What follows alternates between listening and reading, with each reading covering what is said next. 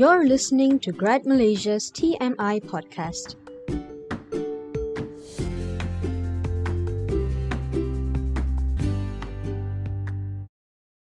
Happy New Year and welcome to the pilot episode of Grad Malaysia's TMI podcast. Have you ever felt underprepared for facing the adult world? You've graduated, landed your first job, and have officially stepped into a new chapter of your life. Yet so much about the future is uncertain, and there is so much more to learn. How do you know when it is the right time to move on from your current job? What if you're starting to get bored of your current field? Should you switch career paths? Or is it just the burnout talking? How will the current state of the job market affect you? How do you adult? Even I'm only just getting the hang of that. Here on the TMI podcast, we'll be discussing all this and so much more. But first, let me rewind a little, as some introductions are in order. My name is Vimala, and I am the marketing executive at Grad Malaysia.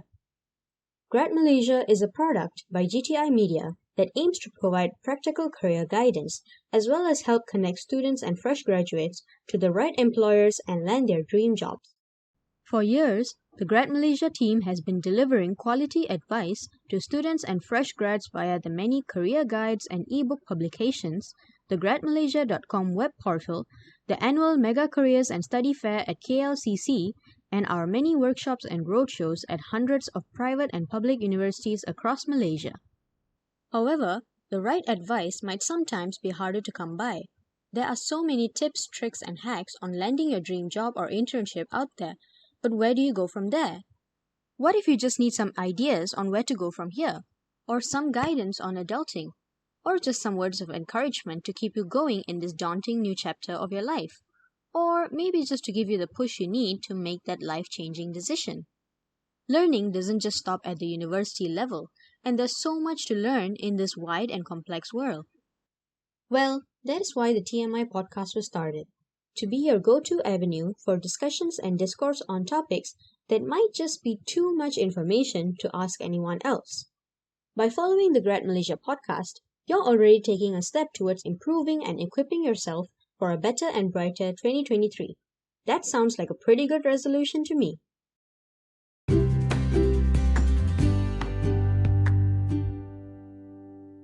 On the topic of resolutions, did you know that most people bail on their resolutions 2 weeks into the year? Or that most people end up cancelling their new gym memberships by the 1st of February? Not very positive or hopeful information, I know, but maybe this can serve as motivation for you to stick to your resolutions for 2023, at least longer than most people. I know it did for me. I had never been a big believer of resolutions. Most resolutions I had heard from my peers were focused around material goals, or more drastic goals that required a lot of hard work and only set them up for failure. I had also always believed that we didn't need a new year to decide we were going to be a better version of ourselves, and that we could start any time if we really wanted to, and that New Year resolutions were just an excuse to keep living the same way we always have just until the countdown ends. But in recent years, I've learned to see the beauty of resolutions.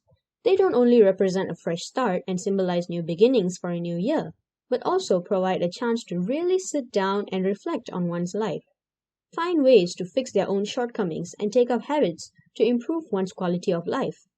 Even if they fail to stick to those resolutions, at least for some time, it gives them hope that these decisions might give them more control over their lives and maybe make the coming year better than the last one.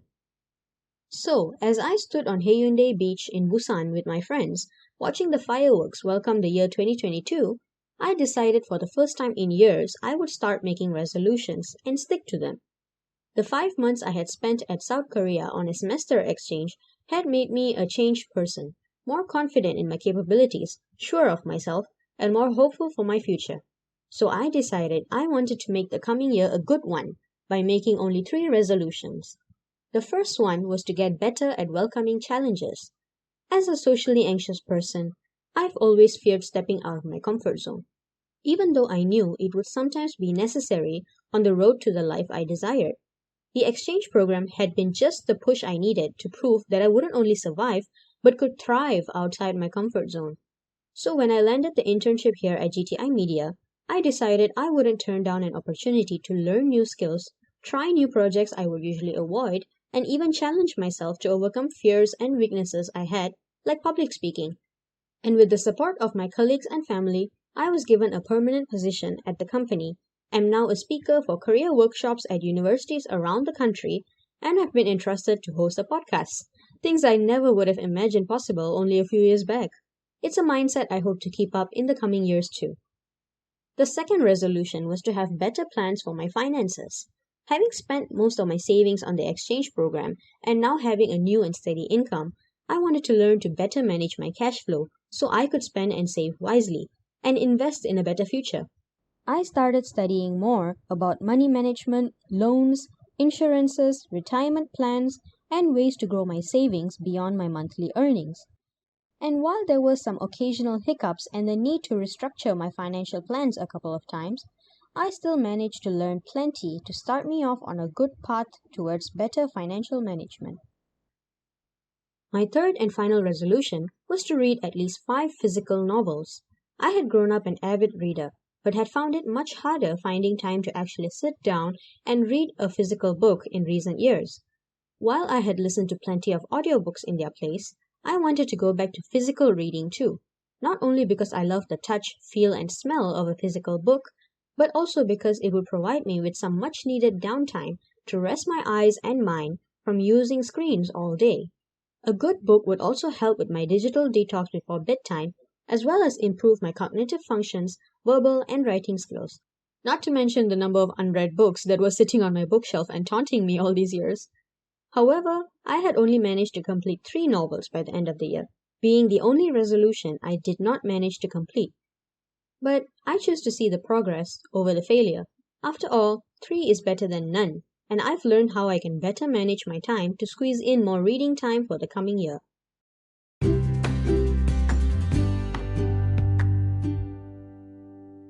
So, in continuing my road to self-improvement, here are my 3 resolutions for the year 2023.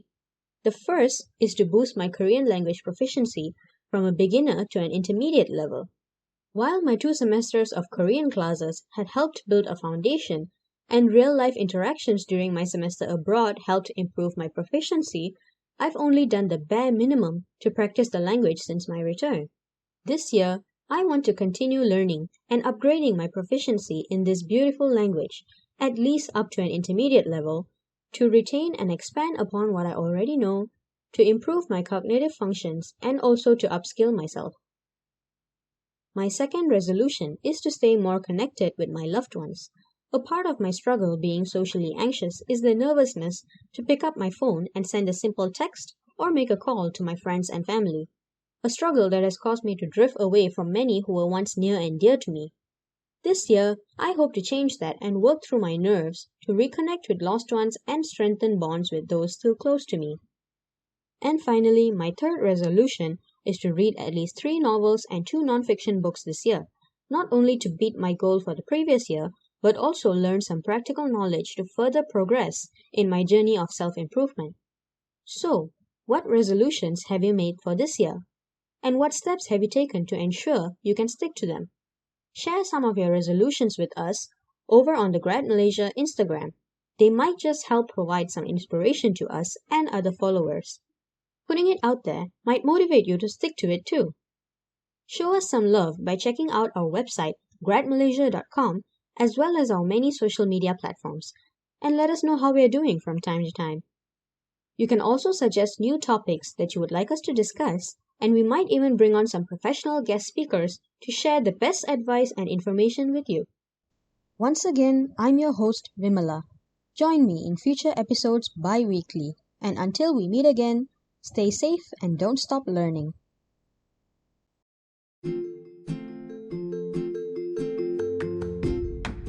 Thank you for listening to this episode of Grad Malaysia's TMI podcast.